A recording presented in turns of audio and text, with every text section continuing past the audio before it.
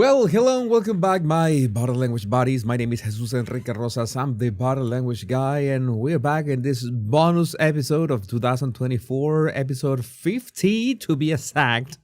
And we're live right now, and I don't have my glasses, so I cannot read I can barely read your comments. Let me see who's in the house right now while I make sure, let me highlight your chat.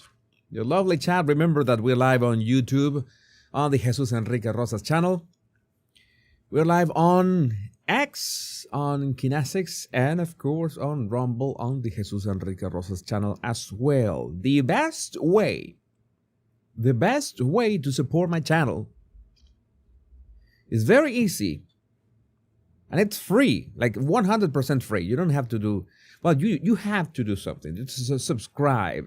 That's all you have to do. Subscribe. If you haven't subscribed yet to my YouTube, maybe you don't want to follow me on X. Maybe you don't want a Twitter account because you know all the toxicity. I can understand that. I can understand 100%.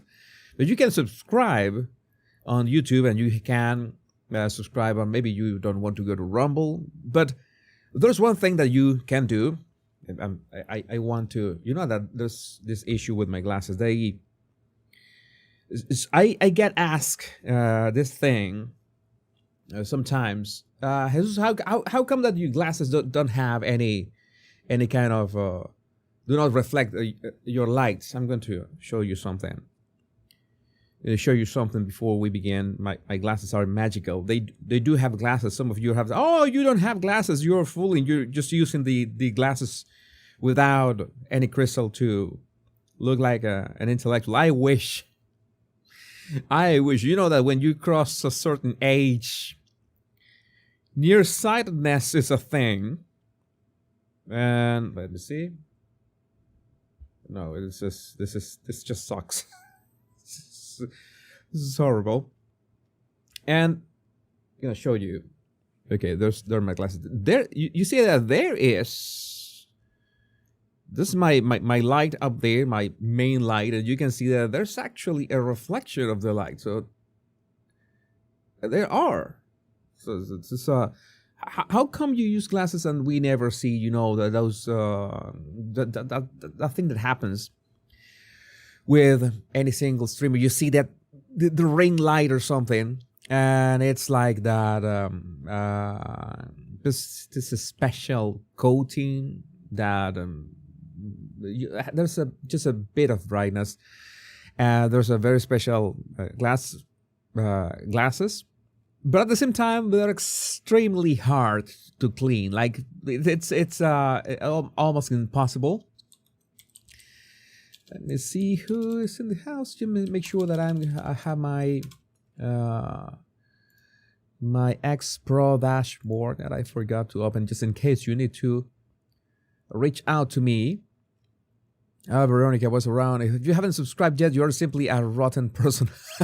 Veronica, thank you. Yeah, Jimmy Carter died. Rest in peace, Jimmy. I don't know much about his, but I know that many people didn't like him as president. But well, the guy is gone. I'm not gonna talk much about Jimmy Carter tonight. Let's see which topics do we have. We have a couple topics today talk about. The first one is perhaps the most important, is that the H1B. I don't know if you are. This is still, I'm seeing that again. It's like some kind of fog, like a fog of war. Jean Cartier. Yeah, we're gonna be talking about the H1B. H1B. If you are on X, maybe on Facebook as well. I don't know. Let's be clear about something. We get our news from X. I do my best for those of you who are not on X to bring you whatever is going there without the toxicity here on YouTube. That is my That is my main job. You see. That is my main job. And well, the H1B, which is a visa for to bring people into the United States, like work visas. Oh my God, it's like 5 days. That discussion has been going for what? 4-5 days. It's insane. All the stuff. We're gonna be talking about that in a minute. Just make sure. This is my home. I want to see my For You. First, see.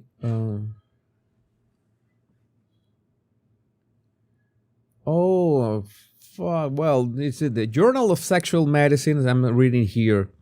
Prescribing Ozempic and Wegovy for weight loss is associated with an increased risk of erectile dysfunction and hypogonadism in non-diabetic males. So that's, well, you're not only going to shrink in size, but your balls as well. Well, it was shared by Ed Latimore. Nothing is free. There's no free lunch. There's no magic pill. Okay, now we're there. Now we're there. I almost gave in the other night and joined X just to see if Jesus was on X. Yeah, I'm on X. No, but the X is really toxic. For X, you need a special skin. You need something. You need something really. Special to withstand all the things that you can see, and especially how triggered people can be. And the H1B stuff was, let's say, controversial.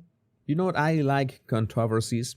I spent there's 7 days without you.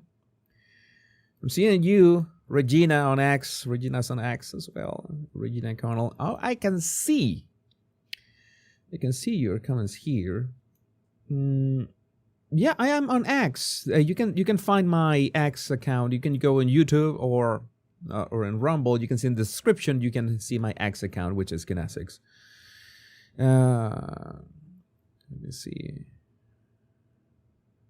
I want to make sure that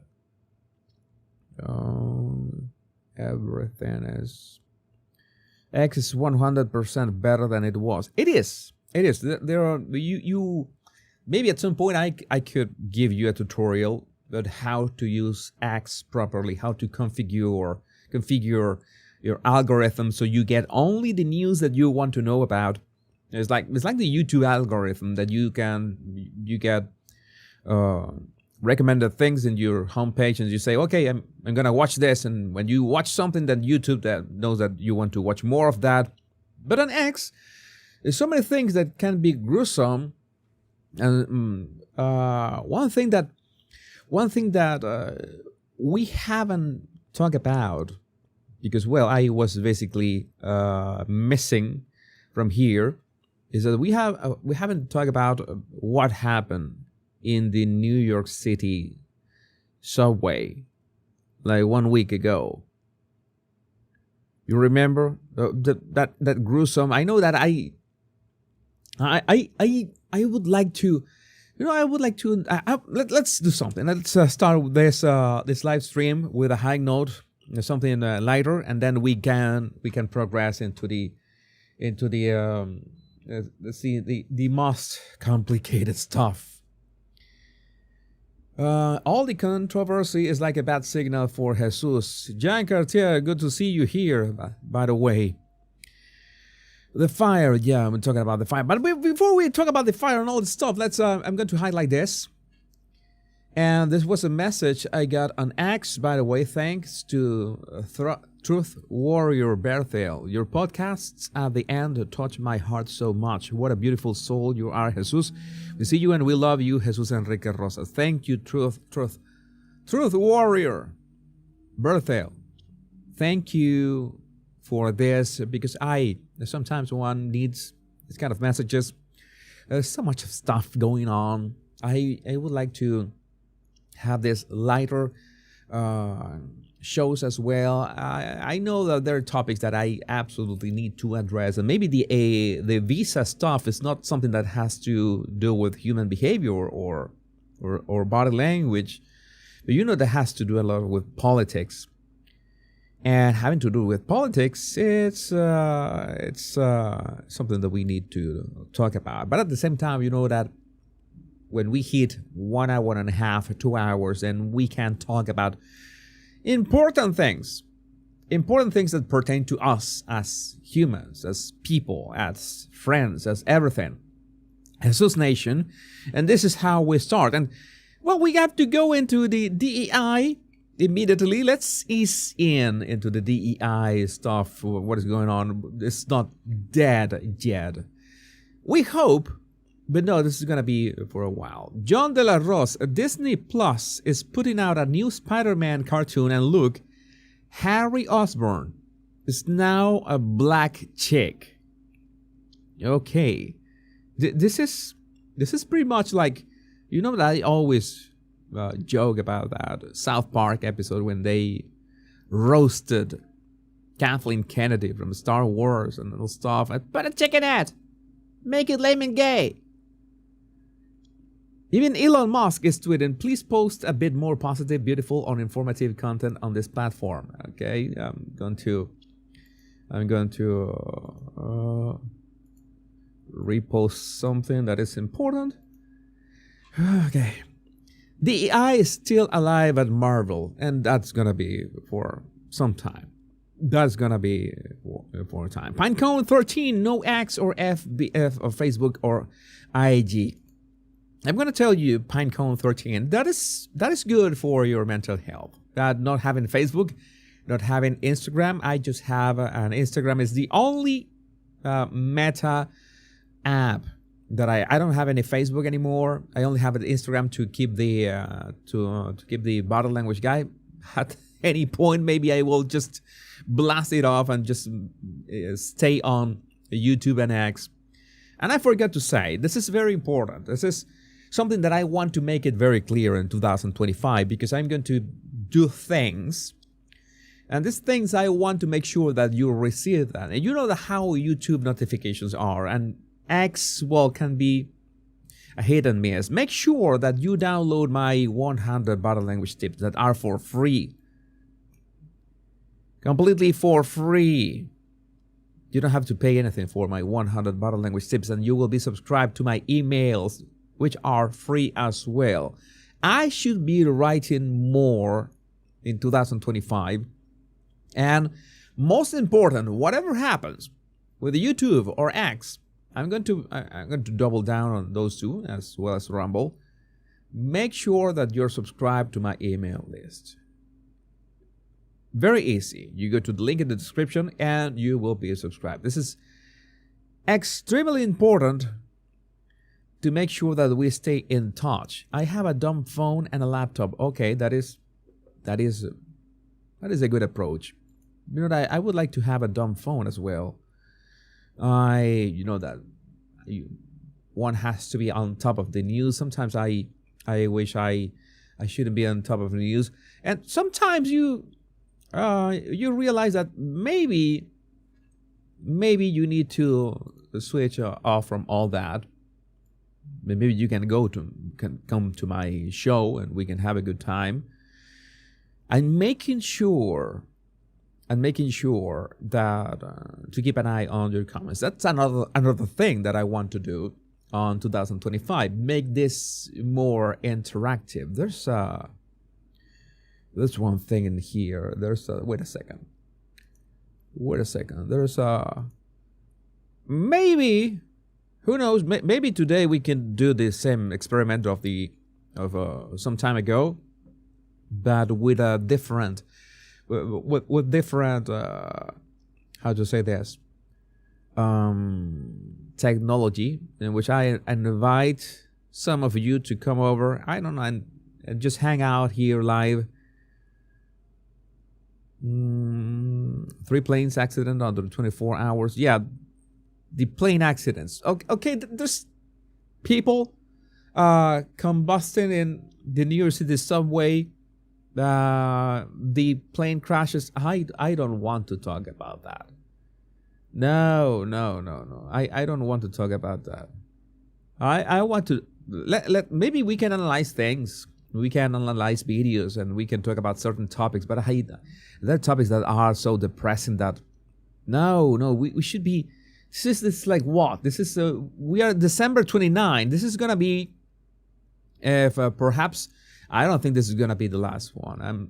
I'm pretty sure tomorrow we'll have a show, and on December 31st we will have a show as well. Yeah, why not? We're gonna reach 52 shows this year, but still, I don't want to talk about plane crashes and people burning. No, I don't want to. No, it's not. I am not in the mood, and I don't think that I will be in the mood for that in 2025. You know that there's so many things that we could talk about. Let's move on. Let's try move on. Hampton, one of my favorite accounts on X. One of my favorite accounts on X. Nobody cares about you, and maybe this is a good thing. This is a video that I wanted to show you. You see that. What do you think about this? What do you think about this? Let me see the system audio. Is everything? Let's play it. And why I'm not listening to the audio itself? You can live. Okay, here it goes. I hope that I don't have a copyright. Let me see. Wait a second. I'm gonna take things slowly today. I need to make sure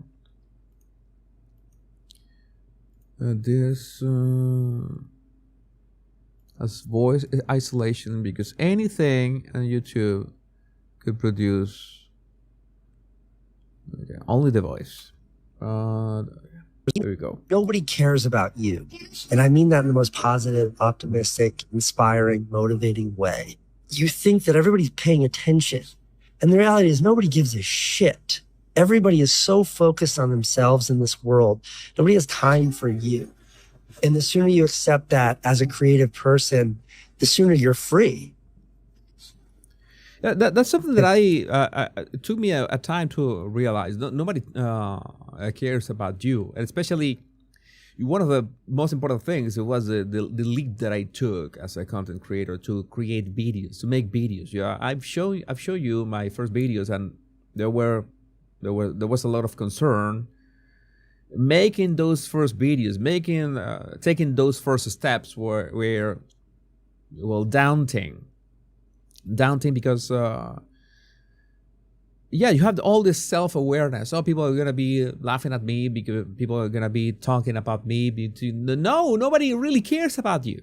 Nobody really cares about you. Okay, and in fact, you want people criticizing, because even if people criticize you, it means that they watch your stuff ideally, and then they okay, this is garbage.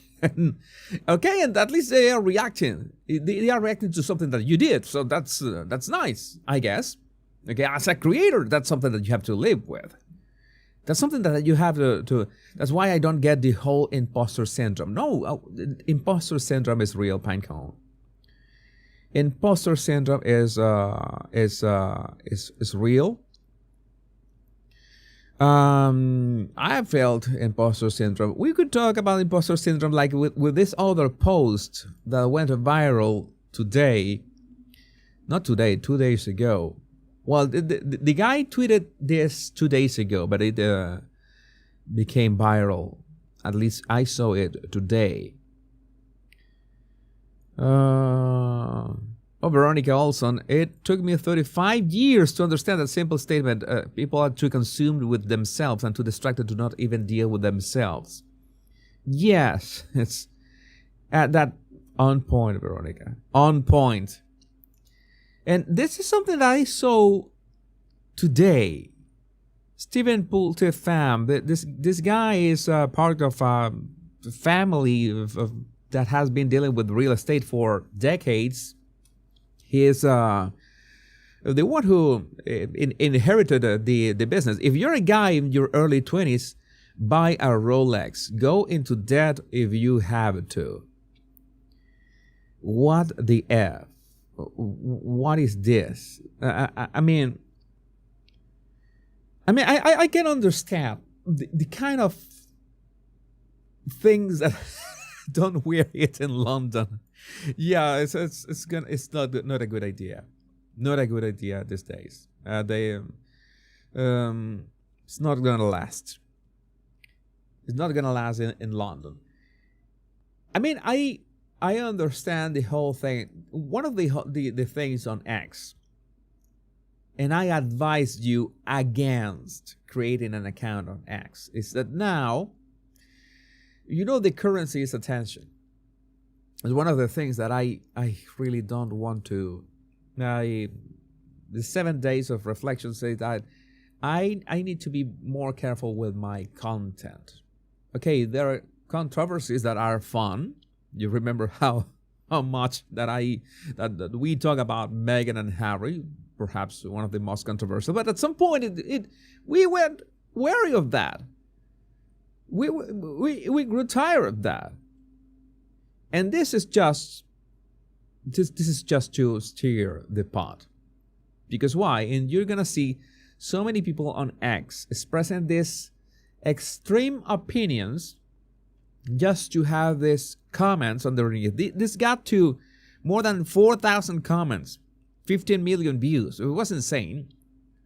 Because now X pays you money for the exposure that your tweet or post gets. And the exposure is specifically the comments. That is the thing. That's the thing. So many people, I want to become famous or start this controversial take with takes like this. Okay, it's just you really have to learn how to go past those remarks and say, you know what, mute the guy or tell X expressly. You know that this is my best tip if you're already on X, is to go to the 3 dots up and to the right of things like this, and don't show me tweets or posts like this.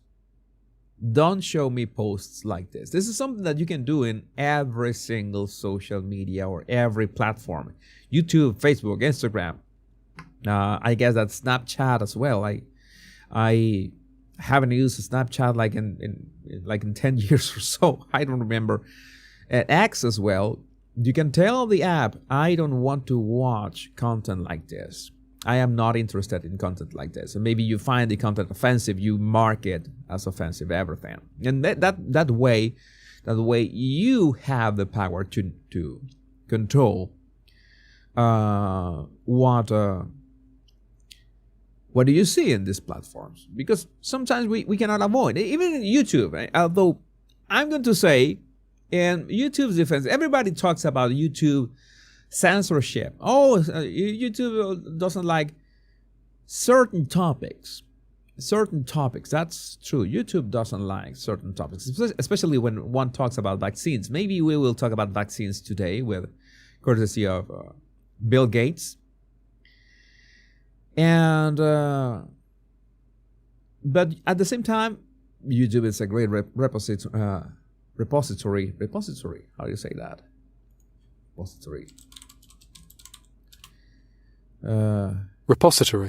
Repository. Why would you give me the British pronunciation? Repository. So, if you're a guy in your early 20s, buy a Rolex. Go into debt if you have to. I guess it was half joking, but there are people that are like this. I mean, no offense, because people say that, okay, it depends on how much you earn. If you can afford the Rolex, go for it. I remember that Grant Cardone had a very good way of a heuristic. How you to tell if you can afford something? Okay, if you can buy 2 Rolex in cash, okay, and not hurt your finances, go for it. But going into debt for a watch, well, I don't know. I am not. Oh, you're gonna have all these opportunities, and maybe we can look for the rationale of this. He was also. I don't want to give him more exposure at the same time, which is part of that of that very delicate dance that we have here. I mean, I say, oh, we shouldn't be giving these people a platform, but now I'm talking about them. It's like a paradox, right? It's like a paradox. We're here. I'd rather have an Apple Watch. I have an Apple Watch. It's no. Some people use a Casio. It doesn't matter. You know that is the Casio X91. I think was the most classic Casio of that. Yeah, a Rolex will always appreciate, but are you buying the Rolex to sell it at some point? Maybe you are. Maybe that's your thing. I don't know. I like my Apple Watch. I like my this is a great question, Bobcat. Is the status purchasable? Can you purchase a status? Can you actually purchase a status? It depends. Depends on what you want to do. Sometimes maybe if you want to sell luxury real estate, you absolutely have to buy the Rolex. There's some kind of scenarios in which it's a good idea, because it's like myself. Okay. Oh, why did you dress like that? Why do you have to dress like that? It's not necessary to dress like that. Well, I feel like I feel better this way. I think I respect my audience dressing this way. That is my approach to that. And maybe it's having a Rolex as luxury real estate broker makes sense. Okay, that could be a scenario. But if you're going to buy a Rolex and you're going to be, I don't know, isolated in your room coding or something like that, I don't know, messing with AI, I don't think it's necessary. I don't think. And you can buy a fake Rolex as well. Yeah. Why not? Go for a fake one. Don't have to go into debt. Of course, there was every kind of joke about this. If you're a guy in your 20s, you must read this book, Go Into Debt, if you have to. The CUDA Handbook, Comprehensive Guide to GPU Programming, or Haiti Briones. If you're a guy in your early 20s, buy more than one pillow. Go into debt if you have to. And I said myself, if you're a guy in your 20s, learn body language. Go into debt if you have to, but you don't have to get into debt to learn body language. You don't have to. Let's talk about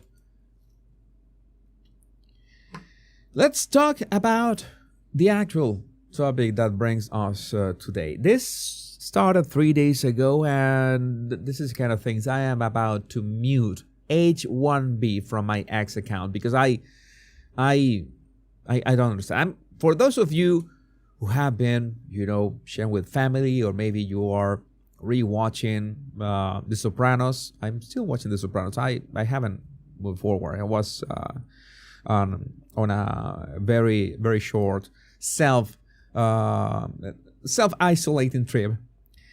Let's say that this exploded 3 days ago. This discussion about, okay, do we, and as I say we, this could be any country. Do we want more skilled immigration, or we want the in-house talent, the American talent? Let's talk about the United States, because this is about the United States, and then we can move on to extrapolate it to any other country.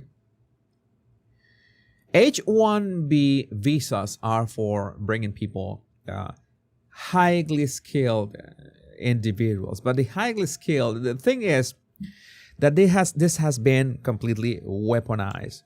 And this was a very contentious topic, in the sense that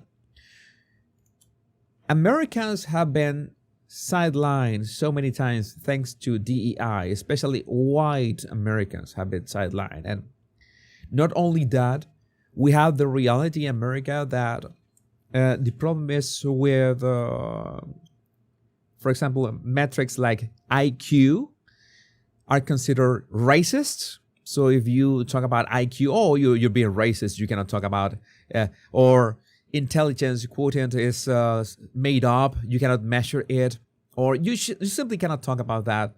That is all stupid. Okay, intelligence is pretty much real. It is not racist to talk about intelligence. And some people have more intelligence than others. That's something that we need to have that conversation. And at the same time, we need to address the fact that many brilliant people, Americans, have been sidelined in every possible way. Maybe because they're white, maybe because people that you bring from outside is cheaper. And especially in this discussion, they were talking about India. We're talking about India, people from India who are brought to these companies with H1B, and there have been, let's say, this very public matters. For example, Disney a few years ago, in which they were sued because they were bringing, I think it's hundreds, if not thousands, of people with H1Bs. And they were making American workers working for Disney to train those H1Bs. Imagine that they ask you to train your replacement, the one who is going to replace you. What is the problem with this? Well, this is one of the takes from Elon Musk. The reason I'm in America, along with so many critical people who built SpaceX, Tesla, and hundreds of other companies that made America strong, is because of H1B. Take a big step back and F you in the face. I will go to war on this issue, the likes of which you cannot possibly comprehend. He said that. He had another tweet, by the way, which was the one that started this all, in which you have to, people who voted for Trump, especially people who voted for Trump, but I think that the sentiment was general, is that Americans should have the first shot at those jobs. I mean, with 300 million people in the United States, you could imagine that there's enough brilliant people in there. And Elon has backtracked many times over this statement. He had at first, maybe I can look for the original one. The original tweet. It's gonna be really hard because this guy tweets like, if I can go back in time a couple days back, and let me see, and would he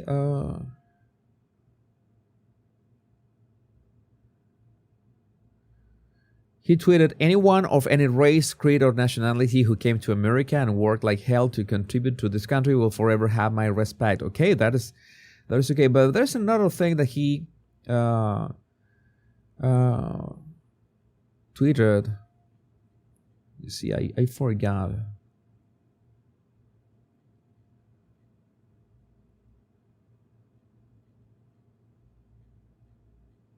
Just give me 1 second.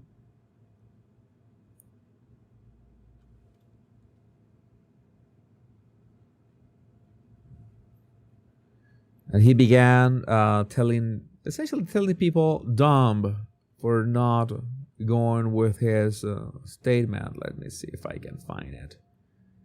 Because this was one tweet from him who started all this. And I really forgot. I'm going to talk about the Vivek tweet as well. Okay, it was not December. Definitely not December 23rd. I'm going to look for this.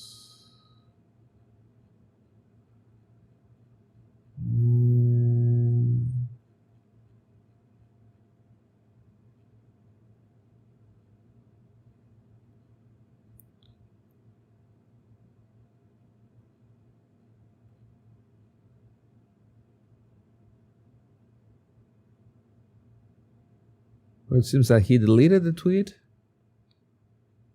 because I cannot find it. Now that is strange. But I'm going to move forward with this. But he was essentially saying that H1B was essential. This was very important. He backtracked about, I just referring to 0.001% of the highest scale of all. But the problem is that then Vivek Ramaswamy had this remark. Where's the Vivek's remark? I think it's in here. Vivek had this take, which many people disagreed on. Let me see, just in case, let's read this. The reason top tech companies often hire foreign-born and first-generation engineers over Native Americans, I don't know what he put native on quotation marks, isn't because of an innate American IQ deficit, a lazy and wrong explanation. A key part of it comes down to the C word, culture. Tough questions demand tough answers, and if we're really serious about fixing the problem, we have to confront the truth. Our American culture has venerated mediocrity over excellence for way too long. And so he begins to talk about the supposedly that American entertainment has conditioned Americans to not be excellent. And by excellent, he refers that Americans don't work as hard, or he implies that Americans don't work as hard as Indians or Chinese, or I don't know, maybe even Mexicans. And people got really upset about this, and understandably upset. I'm going to jump right to my take about this stuff. My take about this stuff, how I summarize this. I'm going to be reading my take and explain each part. Skill can be taught. Okay, this is important. Usually you have to, if you are going to hire somebody for a job, you have to hire in terms of character. Okay, virtually any skill can be taught. It helps if the person already has skills that you can model into the job. And of course, no job is the same. If every job was the same, then you can essentially hire anybody for it. But the problem with the H1B of bringing people from abroad to work in the United States is that they will have the fear of being deported. Fear of being deported, well, that's something that money cannot buy. And I say this from a company perspective. It would be great for any employer would prefer the average foreigner that can be milked 100 hours a week for $200K with that fear perpetually looming over his shoulder. That's a reality. How and why? This is so easy, because an American, you can demand more of them. An American will say, hey, I'm not going to be exploited. I'm not a slave. But if you bring somebody from abroad with an H1B, then if they are fired, they have 60 days to leave the country. They have a deportation time bomb. Okay? So with that being said, the issue is that is essentially a bit of blackmailing. And I see some takes, if you don't like it, you can leave. No, you don't understand. This people, so many people abroad come to the United States, and they actually want the job. But the H1B then has this double whammy.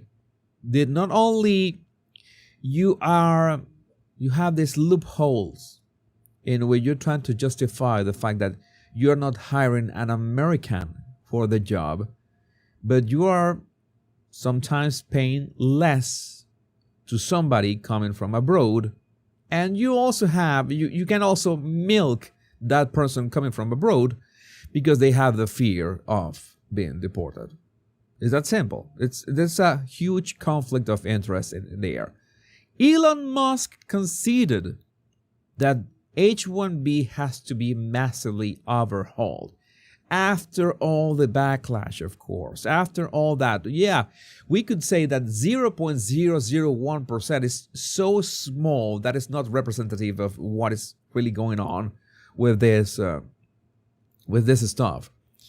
The issue here is how easy it has been to exploit and corrupt the H1B visa process.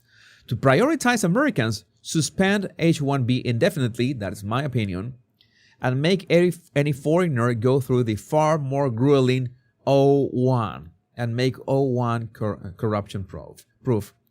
O1 is a visa that is called extraordinary ability.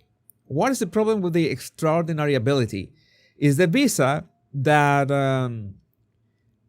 you can have a sponsor, but I think this O1B, and you don't need a sponsor, but you need to prove, you need to have actual achievements. And this is like a bit of this chicken and egg issue. You want to bring high-skilled individuals through H1B. How can you confirm that they are actually high-skilled individuals? With a degree? There are diploma mills everywhere. How can you really be sure that the person has the skills? How can you confirm that? With the O1, you need confirmation that you are top tier in your industry. You need public confirmation. As something that if at some point I decide to go to the United States, that most probably that would be the visa that I would opt to, the O1, because I have proof that I am a leader in my industry with my subscribers, my influence, my one guy company. That would be a good shot, but I have the ways to prove it.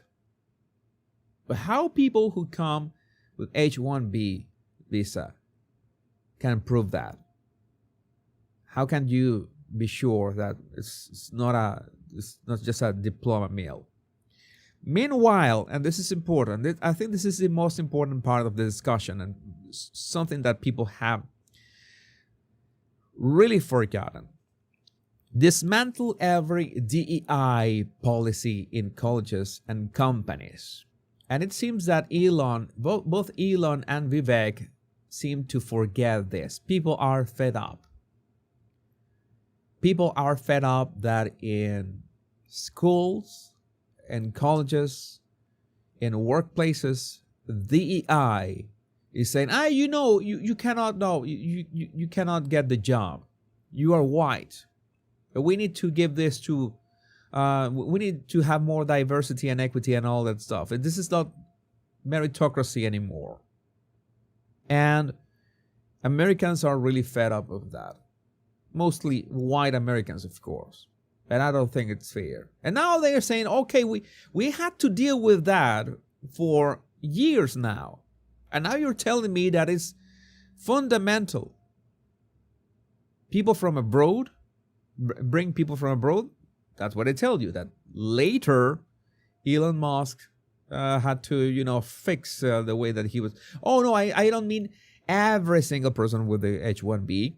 I mean that has to be overhauled and just 0.01%, something like that.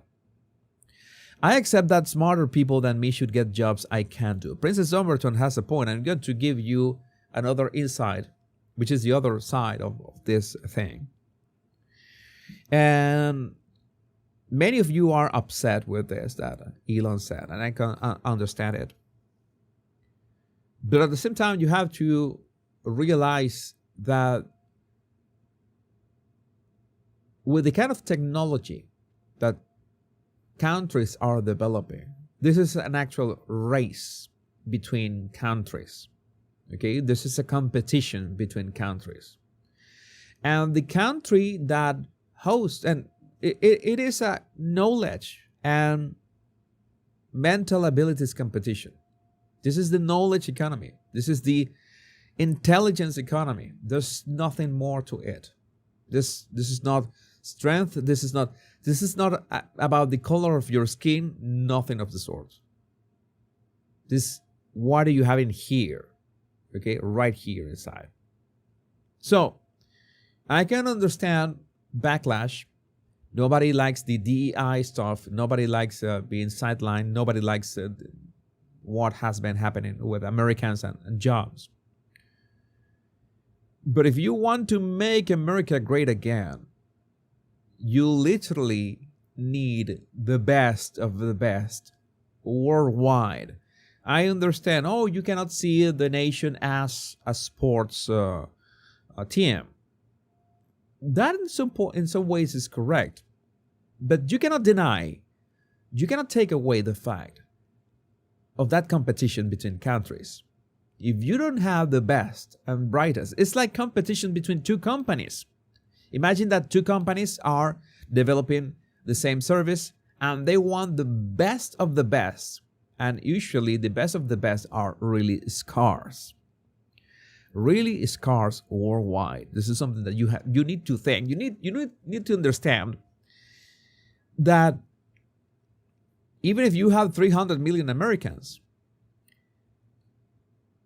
you want all the geniuses from any part of the world in your country, and that is regardless if you're America or Australia or Canada or the UK or Venezuela or Germany.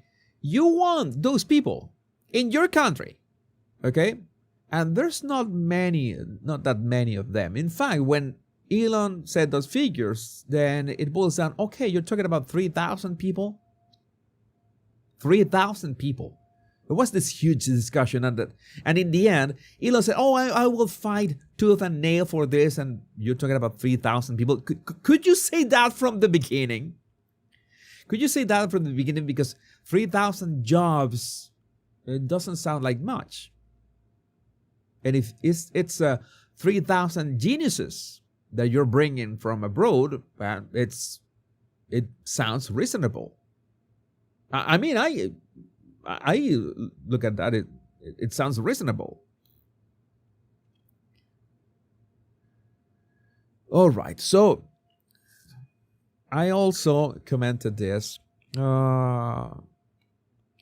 Make widespread IQ and skills testing a thing for all Americans from age 6.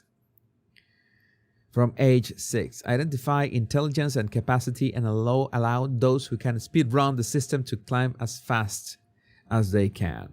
Remove the taboo around intelligence quotient being racist or something, or even non-existent. This is important. This is important, and something that has been imposed in the United States for decades. You can't talk about some races being on average more intelligent than others. This is something that I don't know what to tell you. This is a reality. It's something that you are trying to deny statistics. And when you say you need the best people from the job, I'm going to be very clear about that. You want the best and brightest for the job. That best and brightest can come from anywhere, any race, any country, and you want those. And you really want those, no matter where they are. What is wrong is that you need some kind of quota from certain race to just check a diversity box. That is what has hurt the United States. That's why innovation in the United States has stalled. That is important to understand. That should be erased. And only those who have the ability, and the ability is mainly intelligence. You can say, intelligence is not everything, Jesus. I have been told that all right, intelligence is not everything. You need emotional quotient as well. Yeah, but when you're going to build technology, when you're going to deal with artificial intelligence, when you're going to deal with rockets, when you're going to talk about quantum computing, you need the engineers. You need the brightest engineers in the world. In the world. It's something. I don't think it's even a trade-off if we are talking of less than 5,000 jobs. If we are talking about less than 5,000 jobs, and how are you going to allocate them? Because there's another thing that hasn't been addressed in this discussion. Okay, you're gonna bring those 3,000. Let's say that there are 3,000 people from all over the world. Maybe from India, maybe from other countries. 3,000. Which companies are going to have access, or which companies are going to win? Because H1B is basically a lottery. Which companies are going to win that lottery? For example, if some of those 3,000 geniuses are going to work in artificial intelligence, how do you know some of them are going to go to OpenAI, or some are going to go for Elon's artificial intelligence startup company, XAI, or Google? Yeah, we should be talking more about the 18 million unvetted illegal aliens. This is way more important. I'm going to highlight the chat. I want to be more about the chat today. I want to be more chatty today. So some of you, I understand that some of you don't like Elon Musk. I'm going to do my due diligence. I'm going to try to just find that tweet.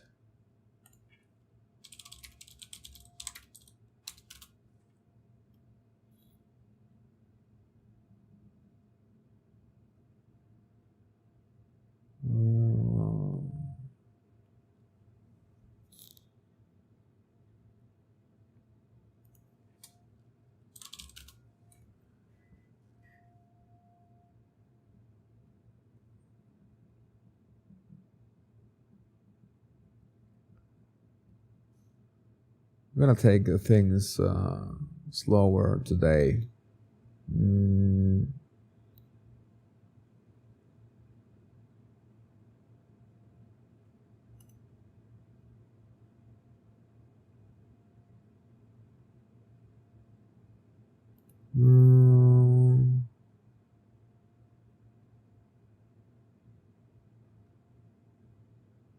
Okay, yeah, there was a reply.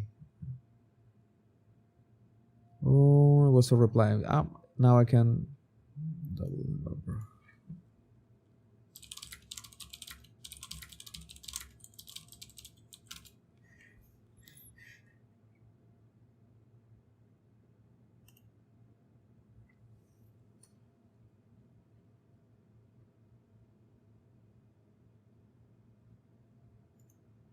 Okay, I'm going to show you the whole thing. Okay, I finally find it. I finally found it. It's a Sunday show, so it's gonna be more laid back. I'm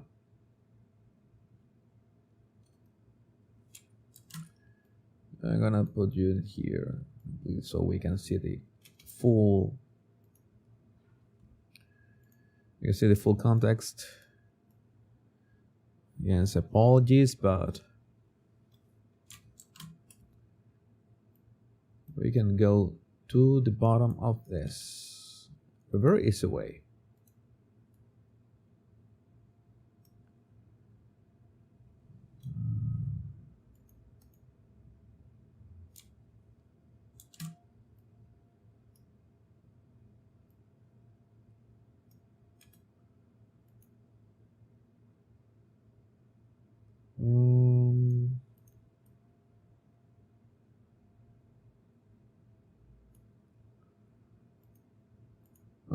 of Elon haters in the comments. A lot of Elon haters in the comments. Why do you hate Elon so much?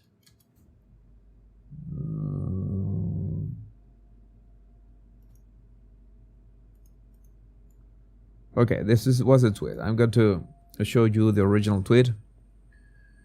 There we go. There we go. Oh, somebody gave a Lady Starbar gifted 10 Jesus Enrique Rosas membership. Thank you, Lady Starbar. Very kind of you. Very kind of you. Thank you. Thank you for that.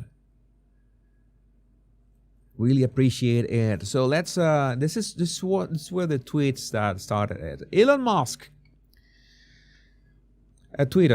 replied on December 25, there is a permanent shortage of excellent engineering talent. It is a fundamental limiting factor in Silicon Valley. Permanent shortage of excellent engineering talent. Mario Navmonopol retweeted that Silicon Valley's biggest limitation, engineering talent shortage. The U.S. semiconductor industry alone needs over 160,000 engineers by 2032. That is crazy. That is a crazy number. Way more than 100,000. Way more than 100,000. So he replied, no, we need more like double that number yesterday. The number of people who are super talented engineers and super motivated in the USA is far too low. Think of this like a pro sports team. If you want your team to win the championship, you need to recruit top talent, whatever they may be. That enables the whole team to win. What is the problem with this? This argument is that, well, we're talking about this number, 160,000, all right? And then Elon says we need more like double that number yesterday. More than double that number is 300,000 people, engineers. How can you produce so many brilliant engineers?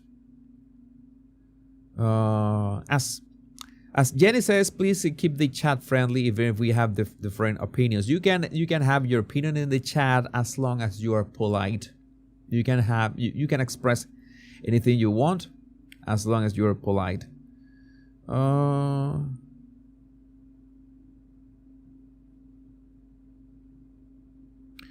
And then he said this, your understanding of the situation is upside down and backwards. So it was a reply to another account. I'm going to make sure though.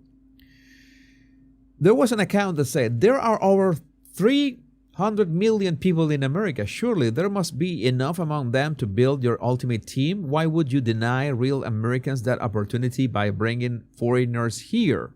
There's a legitimate concern.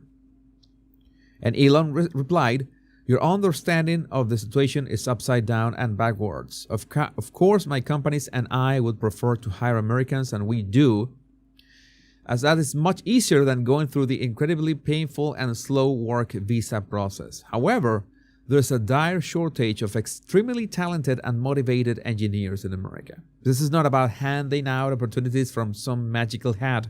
You don't get it. This is blindingly obvious when looking at NBA teams, as the physical differences are so obvious to see. However, the mental differences between humans are far bigger than the physical differences. So he was doubling down on this in the amount of people needed for these jobs.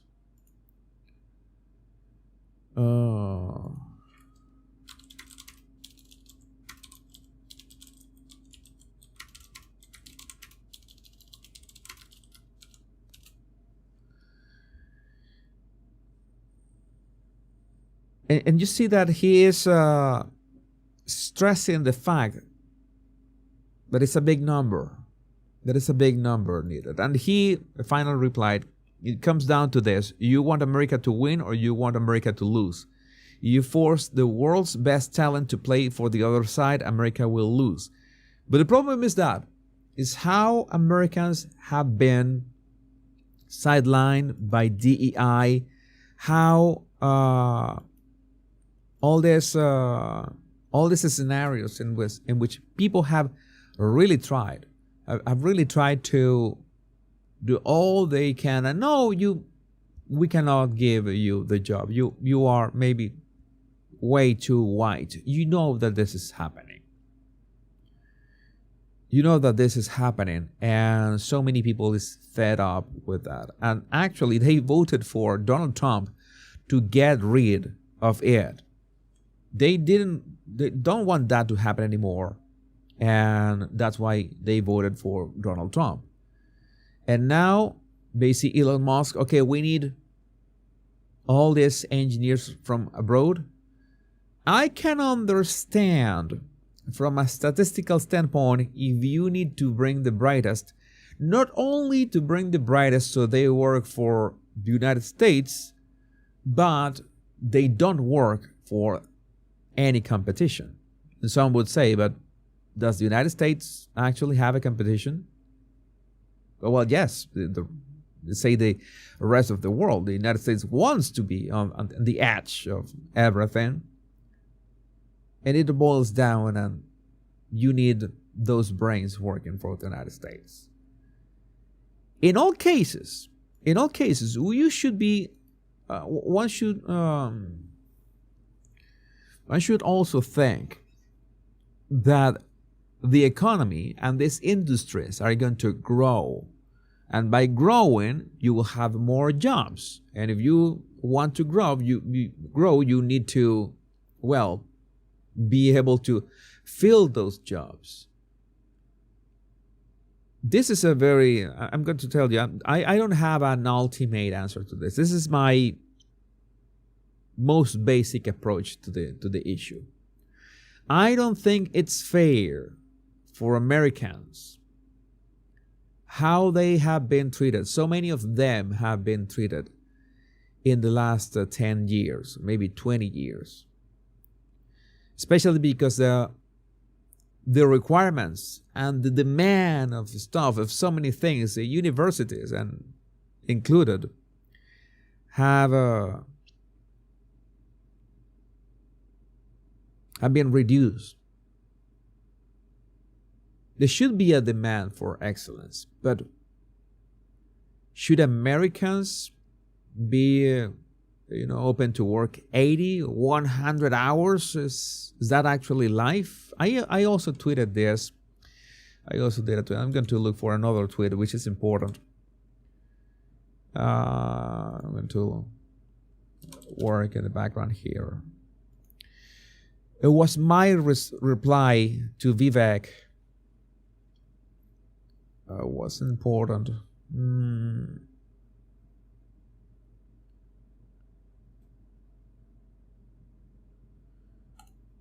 This one.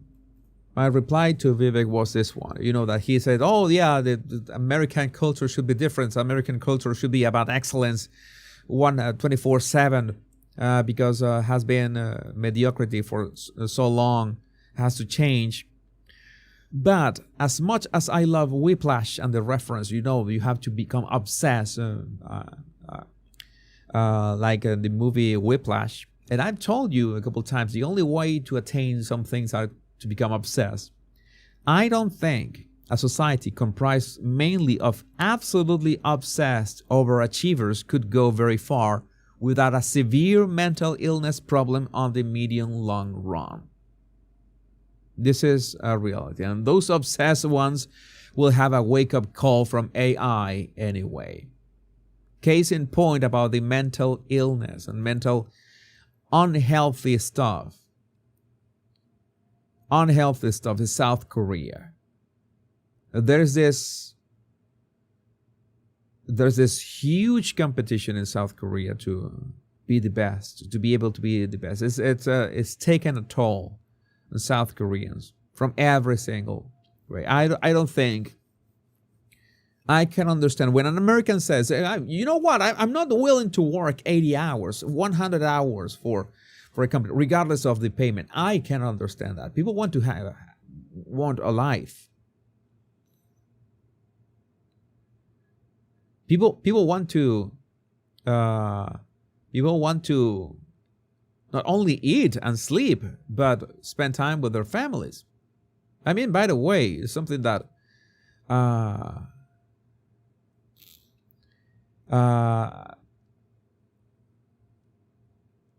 decided to prioritize myself, which is sleep, something that I needed to do a long time ago.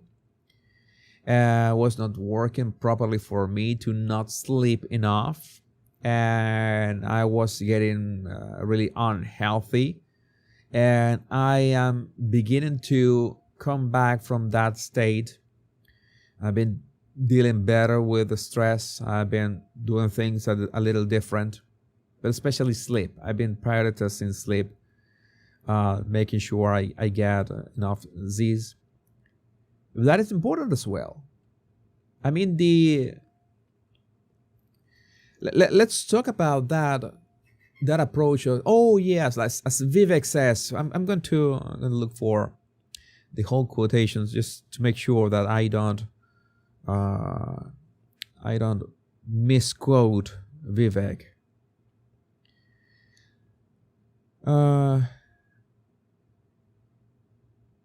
This is the truth, says Vivek. Our American culture has venerated mediocrity over excellence for way too long, at least since the 90s and likely longer.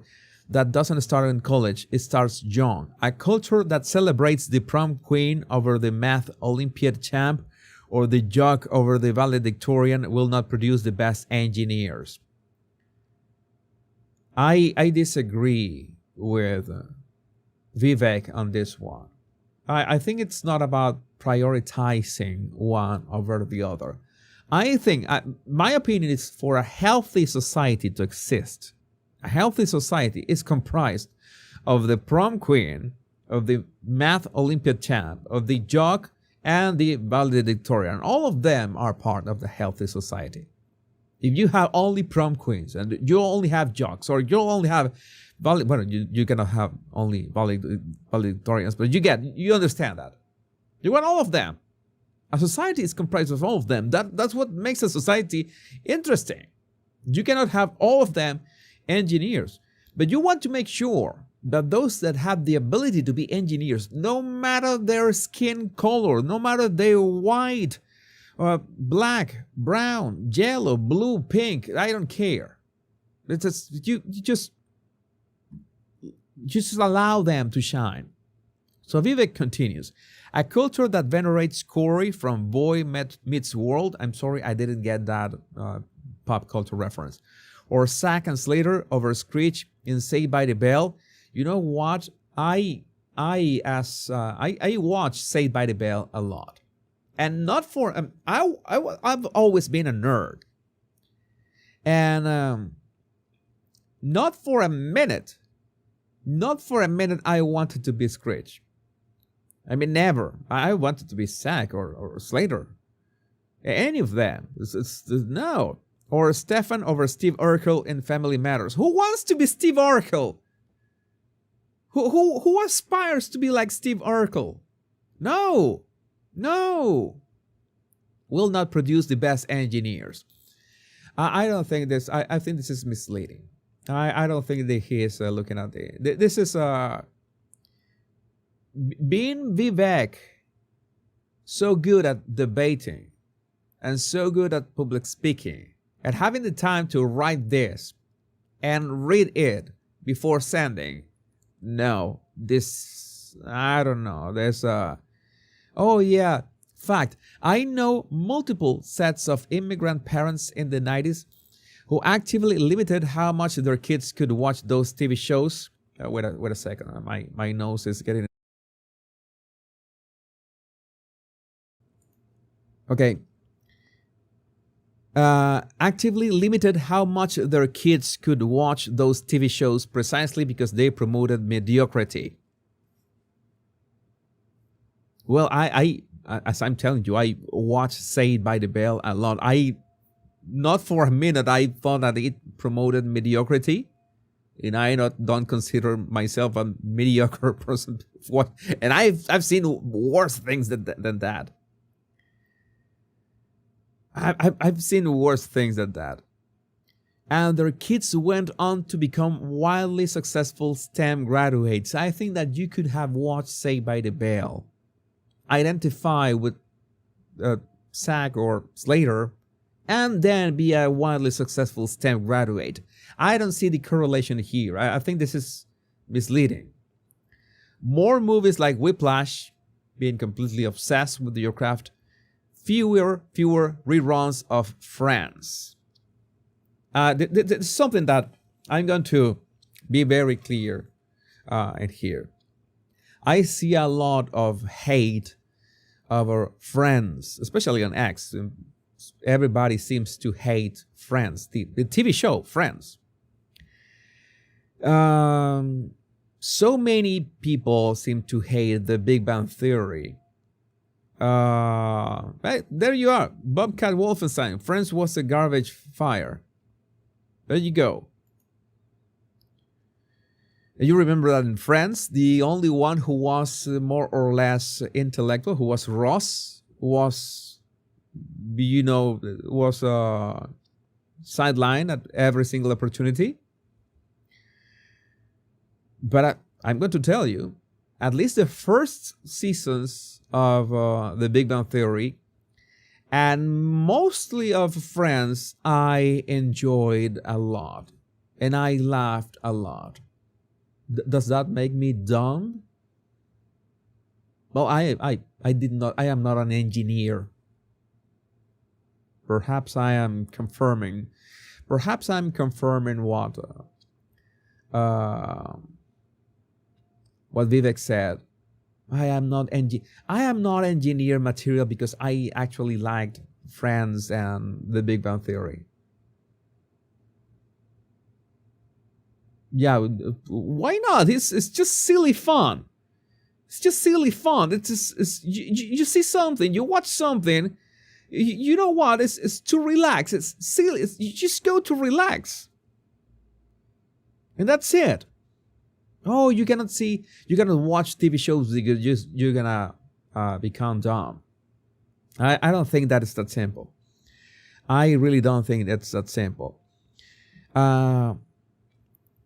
Fewer reruns of Friends, more math tutoring, fewer sleepovers. I'm going to tell you something, Vivek. I know that Vivek Ramaswamy will not watch my show, well, for reasons. Maybe he will, but I don't know, at some point. Maybe someone will clip this. The most important thing is not more math tutoring, as in for everybody. The most important thing, I said that on my post on X, was being able to detect who has the skills from an early age and nurture those skills. Maybe a kid has the ability to do that, and maybe you can nurture those abilities. Okay, this kid has abilities to be a future engineer. AI should be able to do that from, an IQ test, a thorough IQ test. Okay, this kid has the ability to be a future engineer. Maybe we can nurture him into being a future engineer. And he can watch Saved by the Bell if he wants in his free time, because why not? Because everybody needs free time. Even if you are into STEM, if you can be a future engineer, you can go to a sleepover as well. You can enjoy silly video games. You can enjoy silly TV shows, because why not? It's like this. It's like kind of mechanistical way that Vivek tries to put it. Oh yeah, the American is falling behind. No, America is falling behind. My bro. America is falling behind because the DEI is that simple. Oh no, we are falling behind because of Saved by the Bell existed. I mean that is quite retarded. And it's even more retarded if Vivek Ramaswamy says that. I completely disagree with him on this. I don't know, maybe he was drunk or something. I don't know what was he thinking, but I don't think there's a correlation in here. Okay, you could have math tutoring, but for the kids who show the abilities. Because if a kid just wants to paint, or if a kid wants to play the piano, or a kid wants to write, the math tutoring, you will be wasting your time. So you want to be able to identify what people are good at from an early age. That's the thing. That is the problem. That is the problem. My problem with this. And most normal American parents. What do you mean by normal? Most normal American parents look skeptically at those kind of parents. More normal American kids view those kind of kids with scorn. If you grow up aspiring to normalcy, normalcy is what you will achieve.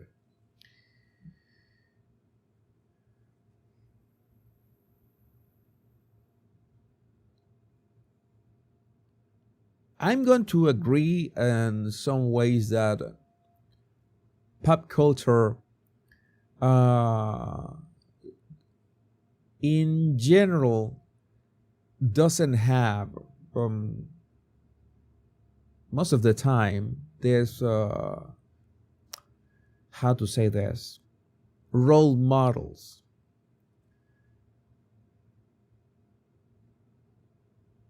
But there's a big, maybe huge counter argument to this. There is a huge counter argument. Because one of the most important characters of pop culture in the past 15 years, and everybody knows about him, everybody, admires him, is Robert Downey Jr. in his role of Iron Man. And I think that Robert Downey Jr. as Iron Man, as woke as he was with all the Kamala Harris stuff, I can forgive him for that. Let's forgive him for that. But he brought us that Tony Stark persona. You're gonna tell me that didn't inspire kids to become engineers? That didn't inspire the Robert Downey Jr. as Iron Man? Didn't inspire millions to study engineering? I'm pretty sure that he did, because he was a very charismatic. You remember that the first Iron Man movie came out in 2008.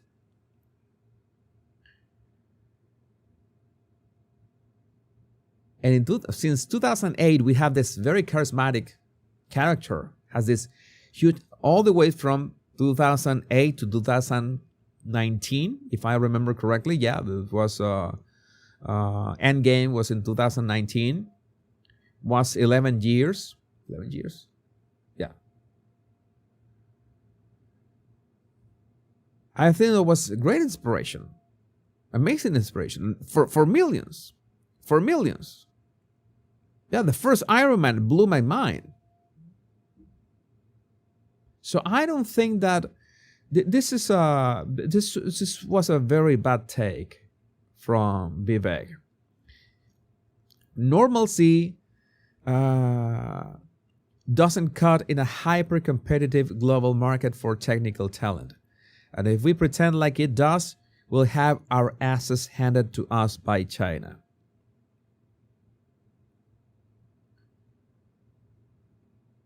And as some people have asked, it's like Japan. Japan has been doing great. Why doesn't Japan have more H1B stuff for Japan? How does that work? I want to stress the fact that I agree that you want the cream of the crop, the top geniuses, the top of the world working for your country, no matter what your country is. In this case, we're talking about the United States.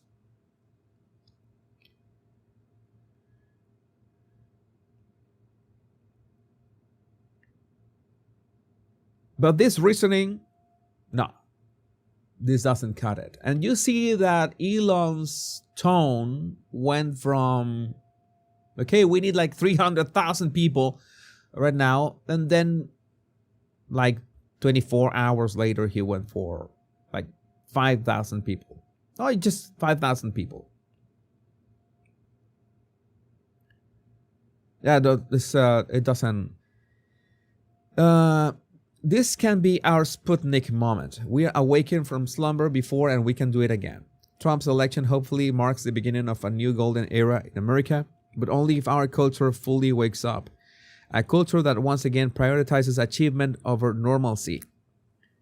Vivek, you wrote all this, and you left out the most important part.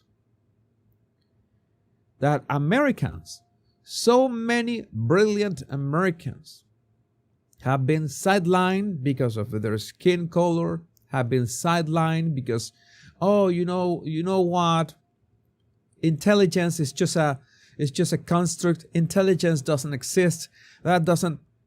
If you tell kids that from a very young age, what do you think you're gonna get? You're blaming on TV shows? You're blaming this on TV shows? You're blaming this on culture?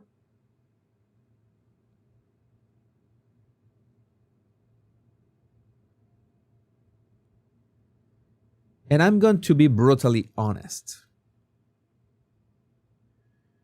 Vivek wanted to be brutally honest. And I'm going to be brutally honest as well. He said, close your eyes and visualize which families you knew in the 90s or even now who raise their kids according to one model versus the other. Be brutally honest. The problem is that if we talk about culture matters, the people who come from these countries, I'm not going to mention any country in particular, have you wondered why, if they're so brilliant, if they're so great, why their countries are not thriving, really thriving? Why are they leaving their countries and going to the United States? Does that make sense? Okay, maybe you. Oh no, their countries are thriving. You're making a false argument, Jesus. That's a straw man argument because their countries are thriving. Okay, their countries are thriving. Then why they are leaving their countries for the United States? Does that make sense? But it's another question. I don't have an answer for that. But that is another question. And the other question is, do the people who come to the United States with those H1B visas, which are not permanent, by the way, do they really adapt to American culture? Do they become actual Americans? That's something that we should be talking about as well. Because I want to be very clear. I made this. I said this example a while ago. Let's say that I go to Japan and I do my best to learn the language, learn the culture. I think that I can become a Japanese citizen. I really don't know. I have never thought about that. I have never thought about that for a simple reason. No matter if I spend the rest of my life, let's say if I spend, I don't know, 40 years in Japan. I could spend 40 years in Japan. I will never be a Japanese. Even if I try to do everything that the Japanese do, I will never be a Japanese. It's that simple. It is that simple. It is that conundrum that an Abroadian goes to the UK and instantly, oh yeah, I'm British. And no, that shouldn't work that way. It shouldn't work that way.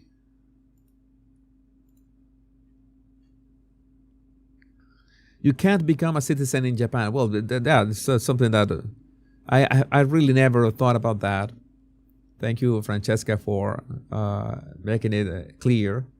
Because yes, it's either way. Either way, I wouldn't be Japanese. Yeah, abroadian is a term that we use here to say foreigners.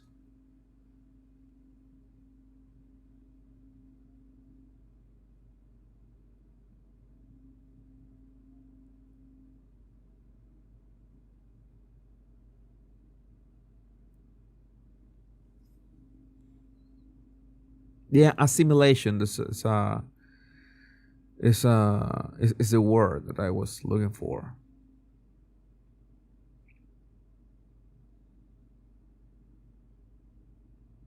Yeah, Japanese culture considered foreigners gaijin. I will always be a gaijin. I'm okay with that.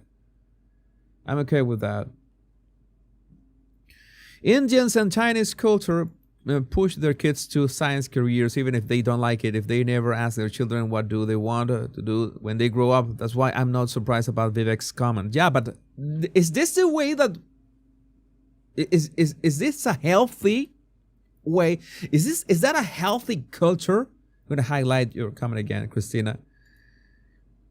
Indians and Chinese culture push their kids to science careers. Push their kids, whether you like it or not. They never ask their children what do they want to do when they grow up. That's why I'm not surprised about Vivek's comment. Is that the culture any country wants? Any country? No. I'm telling you, that would be great for 10, 20, 30 years. That would work wonders for 20, 30 years. After 40, 50, 60 years, not so much. Not so much. I don't like that culture. A real culture is when you can nurture the skills and abilities and interests of every child from a very young age, from elementary school. Not with rainbow flags at school and stuff. No. Okay, this kid likes writing. This kid's likes to know how things work. This kid likes to paint. This kid likes music. That's something that you should nurture that way. How are these different skills? Identify them and realize that everybody should have the freedom to pursue and be, why not, obsessed what he decides to be obsessed with. That's how you create a healthy culture. Not push everybody into STEM to see who. Okay, let's push all the kids into STEM, to science, technology, engineering, or math, to see how much of them have a mental breakdown, how many of them are brilliant, and how many of them are actual geniuses. Because we need to progress. We need the technology. We need all that. Nice.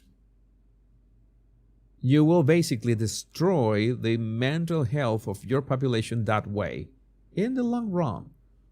I don't make the rules. That is a reality. You are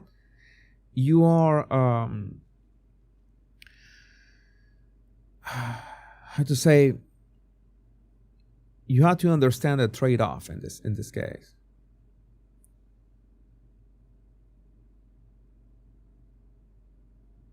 When I was a kid, I wanted to be a trash man. It looked like a fun job, right around in a big truck all day.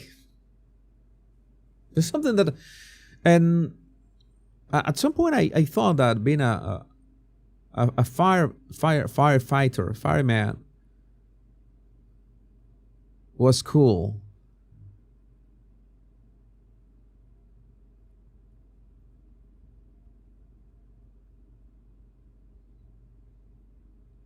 It is one of the jobs of parents, says Mary Ann Sadar. It is one of the jobs of parents to discern what their children love to do, miss it, and have skill, and then nurture that, while also having them to be competent in basic skills.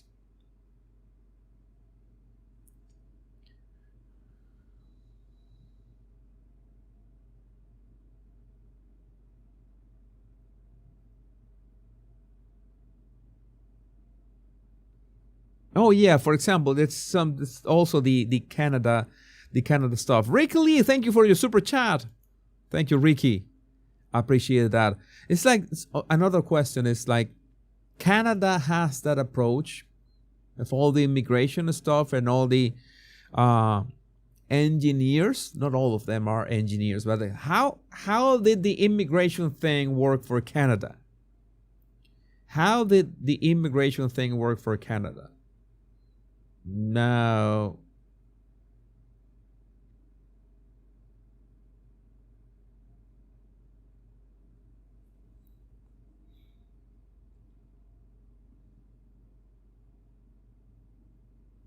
Jan Cartier, if I was young, I want to be a soccer player for the Yanks or there, or become a billionaire. Yeah, but most probably you will have some activities at school that you will say that you could say, okay, we know that Jan is good at this and not so good at this. Maybe we can nurture into being more of this. You should invite Veronica for the live debate, Jesus. I should, Katerina. Where's Veronica?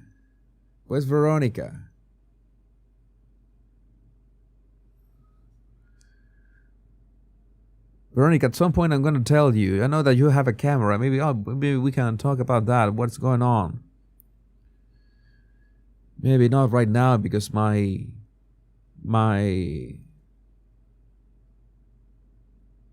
sleep time is coming, and I don't want to miss my sleep window.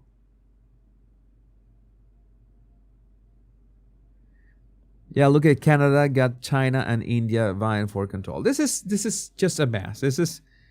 I was going to talk about other topics today, but it's like the H1B. Again, there has been this discussion for 3 days. They still don't get along. They don't get to the point. They have changed their. It worked well in Canada until the last 9 years under Trudeau. So it works well as long as you don't go full woke. You don't go full woke. That is important. That is the most important thing.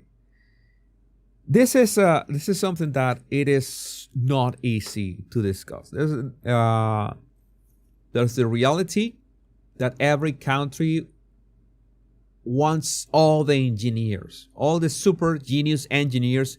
Any country wants those. So I can understand Elon's push for, okay, we need to bring all those engineers. If you are an American, and especially white American engineer, this would be especially insulting, because maybe it's not the H1Bs who have F up your life, but the DEI part, which is another part of the equation, has F up your life. And you say, okay, I voted for Trump because I wanted those jobs, and now you tell me that we need to import very skilled individuals. And the problem with all this conversation, the things that I was complaining the most about, is how vague is the actual number that we are talking about. As you can see, Elon Musk himself went from, we need double that, 300,000 people, only for nanoconductor technology. Only for nanoconductor technology. And then, like 24 hours later, he was going, I was talking about the 0.01% in India, which is like 3,000 people, only 3,000 people. So that was the thing that I said, hey, there's something not right. And Vivek's tweet was too simplistic. It was misleading. It was saying that, okay, you want the culture of the United States to be pushing obsession, STEM, hyperproductivity to every single kid, no matter what they like, no matter what they are, they want to do. That's what you're saying. You're wrong. Vivek Ramaswamy is that wrong on that, and blaming TV shows for it. I think he dropped the ball hugely with that tweet. That was simply a retarded take, a very retarded take. He must have been drunk. I don't know. And also, the H1B visas have been exploited, not only to pay less to those workers and replace American workers with those H1B visas, but also to demand everything from those H1B receivers, because, well, if you are fired, you are deported. So employers know that it's a double benefit. Oh, I pay less and I can exploit then more. And nobody can disagree. Even Elon Musk had to concede. Okay, yeah, it has to be overhauled. Yeah, because the level of corruption is too big. So I don't think that is the culture that you want. I think you're gonna have you're gonna regret that in 30, 40 years. You're gonna leave a very bad country conditions for your sons and your grandsons, and that is not fair. We don't want that. Kids should watch old movies. Yeah, I agree with that as well.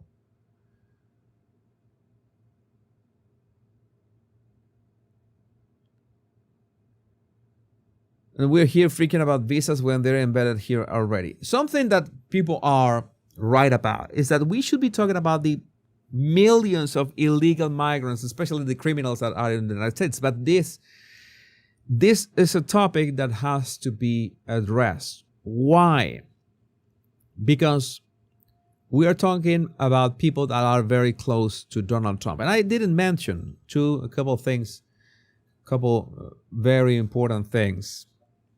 Well, the couple very important things. This tweet from Donald Trump in 2019, H1B holders in the United States can rest assured that changes are soon coming, which will bring both simplicity and certainty to your stay, including a potential path to citizenship. We want to encourage talented and highly skilled people to pursue career options in the U.S. These issues with the H1B were already back then. There's also this from the debates in 2016. I know the H1B very well. I shouldn't be allowed to use it. We shouldn't have it. It is very, very bad and unfair for our workers, and it should be ended. So, which one is it? And we also have this statement by Donald J. Trump on visas in 2016. Megyn Kelly asked about highly skilled immigration. The H-1B program is neither high skill nor immigration. These are temporary foreign workers imported from abroad for the explicit purpose of substituting for American workers at lower pay. He said that himself in 2016. Trump said that they already know that it was a scam since 2016. I remain totally committed to eliminating rampant, widespread H-1B abuse. And this is something that I agree on. It's not the resource itself. It's not the H-1B itself.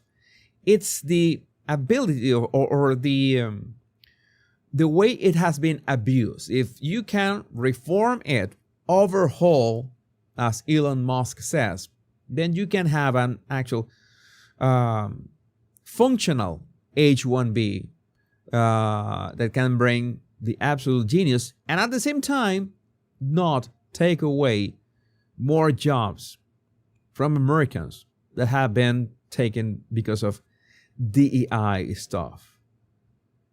DEI stuff.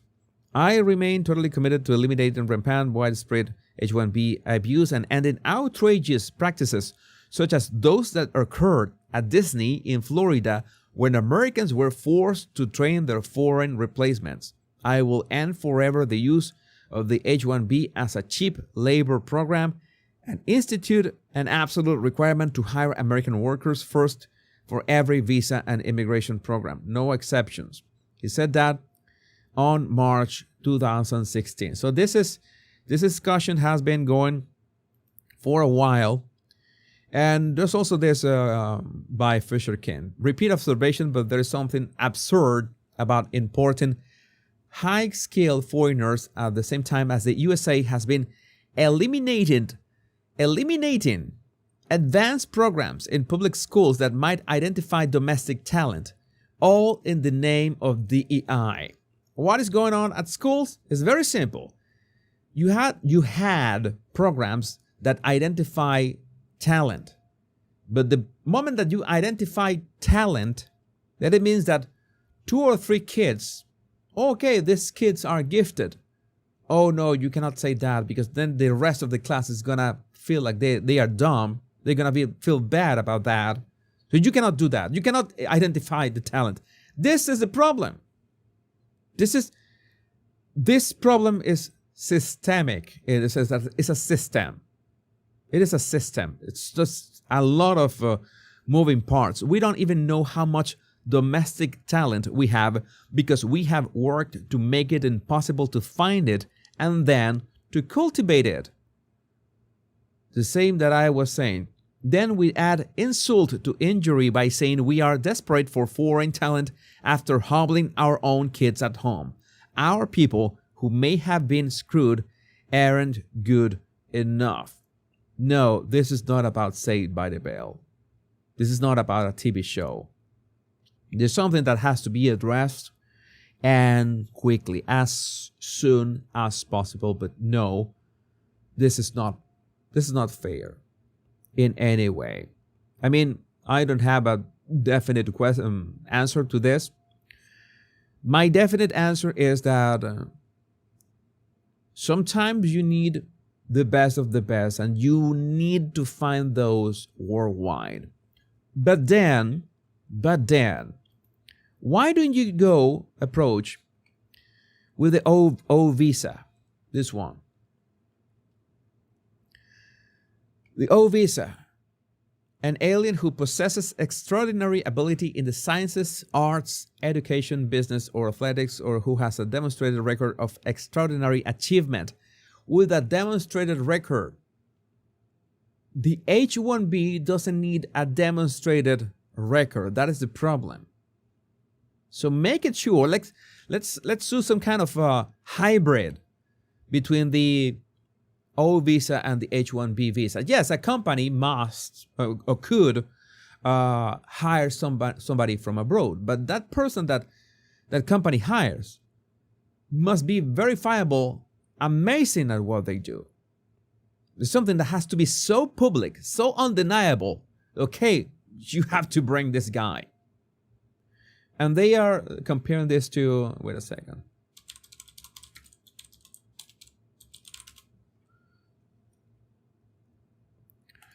Okay, they're comparing to this Operation Paperclip. Operation Paperclip was a secret United States intelligence program in which more than 1,600 German scientists, engineers, and technicians were taken from former Nazi Germany to the US at the end of World War II. They're comparing this to that. I think that is a faulty comparison. I'm not going to elaborate on it. I mean, you could have the best of the best. If you could go for the best of the best, but it's not going to be with the current H1B scheme. And it's not going to be in this situation in which you are not being able to identify actual, local, native American talent from a very young age. You fix that from the beginning. You speed run it. Of course, we are living such a fast time that you need those brains ASAP. But maybe you can identify those brains as you can identify those abroad. Maybe you can identify those brilliant engineers in the United States as well. Because, well, I'm just trying to think. I'm thinking out loud here. If you want to bring the most brilliant engineers from abroad, the geniuses, you need a system to identify them, right? You need to run some kind of competition. Okay? Got a super chat. Thank you, Cheeky Yankee from your super chat. You need some kind of system. China got most of their technology by buying it or stealing it from US. You need some kind of system to identify those geniuses in other countries, right? Why don't you apply those same systems inside the United States first? I know, right? I watch Saved by the Bell. Maybe I'm dumb, so I have a dumb suggestion. But maybe you could say, hey, you know why? We need the brightest from any part of the world. Not only the United States, but also from other parts of the world. How are you going to identify those? What does high skill mean? What percentage of the population is that? If you can illustrate, okay, that percentage of the population is 0.001%, and we need this amount of jobs, then maybe you can convince us that, yes, you need people from abroad. But at the same time, the wound of DEI is still there. And that is going to take time to heal. That is going to take time to heal.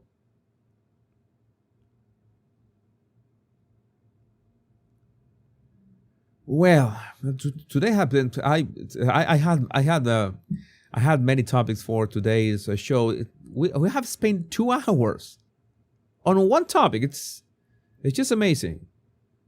2 hours on one topic, and I see that you are really invested, and there are more than almost 1,800 body language bodies right now. And it's still a fascinating conversation in which we could have an approach to some kind of solution. But right now, I'm going to let's think about this. I want to have a couple of words with you.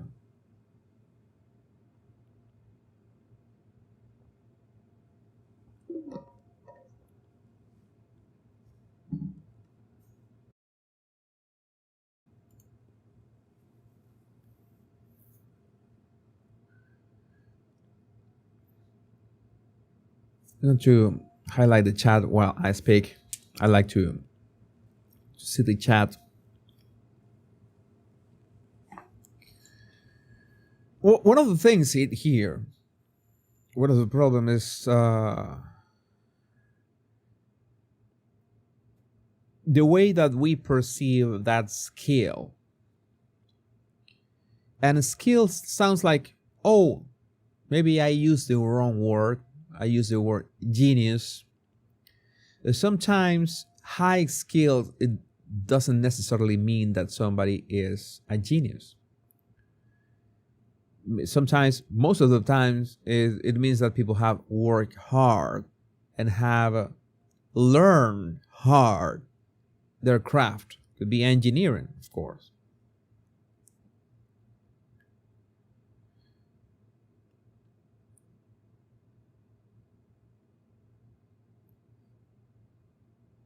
In that regard, I could be a bit biased in the sense that I try to put myself in the shoes of Americans. In the sense that I imagine myself in Venezuela and saying that, okay, I'm going to work hard to be able to get a job. And even if I work hard at my craft, imagine that I get, oh, you're too white. You're too white, Jesus. We cannot promote you. We cannot give you the job. You're too white. Sorry. Okay, F this. I would be really pissed off. And imagine that at some point I put myself in that situation. Okay, this is my time to shine. Finally, we got Donald Trump in office again. He's going to be sworn in a couple weeks. But you know what? We need so many of those who do the same thing that I do. These high-skill individuals. And I'm still without a job. They're talking about all these high-skilled individuals that have to be brought to Venezuela, and I still don't have a job. I don't have the job that I have trained for, that I have struggled for, that I'm obsessed about, and I can't get it. How do you think I'm going to feel about that? Oh, a skill issue. You should be better. No, it's not simple a skill issue. The system is rigged against me. And I always say, okay, you need to have complete ownership, complete responsibility over what happens to you, but you have to be realistic at the same time. If you're an American, you cannot fight against DEI. Like, DEI has to be destroyed from the top up down. But you, as an American citizen, you are pretty much powerless, still powerless, thanks to DEI. That is a reality. Could say that it's not your fault. Maybe you have worked your ass, or you know somebody, or you have a son or a daughter that have worked their asses to try to have a shot, and that shot has been denied over and over again. That is not fair. And then you're going to have this conversation that you're going to bring people from outside. Can you be at least more specific about that? More specific about the industries that need said engineers, and more specific about why the United States hasn't produced those engineers in the first place? Can you be a bit more empathetic with people? Say that, you know, I'm pretty sure that many American engineers that are pissed off about this, we're gonna make sure that we find you. We're gonna organize competitions or some kind of screening or something like that, or tests or something, to any American engineer worth his salt will have this shot at these companies. And then, meanwhile, we will make sure that we develop engineers from a very young age. So in 10 years, we have a complete overhaul of the system. And since we need, in the meantime, temporary engineers, then we can find them abroad. That maybe you can talk in those terms, and maybe we can understand that. But start with the most important part, which is Americans want their shot. They have the right for that. They haven't even earned that shot. They had that right only because working hard. If you work hard, if you have the skills, then you deserve that shot. And that shot was robbed from many Americans because of DEI, and was robbed to many Americans because of companies that weaponize H1B to pay less and exploit their workers more. This is a reality. So either Elon Musk or Vivek Ramaswamy can react in the way that they want, and they have tried to, adjust the way that they talk about this. But they cannot deny this fact. This is simply undeniable. But this is something that had to be addressed.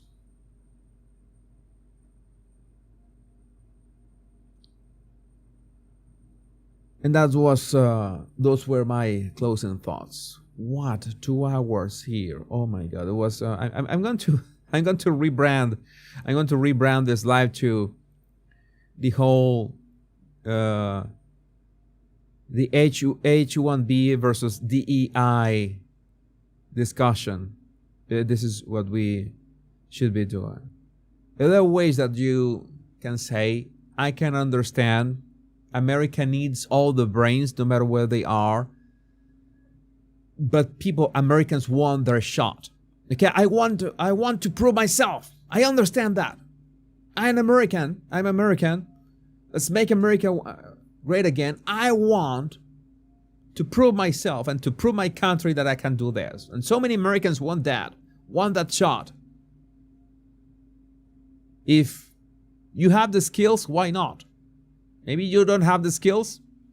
Well, I'm pretty sure that if we remove DEI not only from the United States, but the world, from the universe, we wipe that out.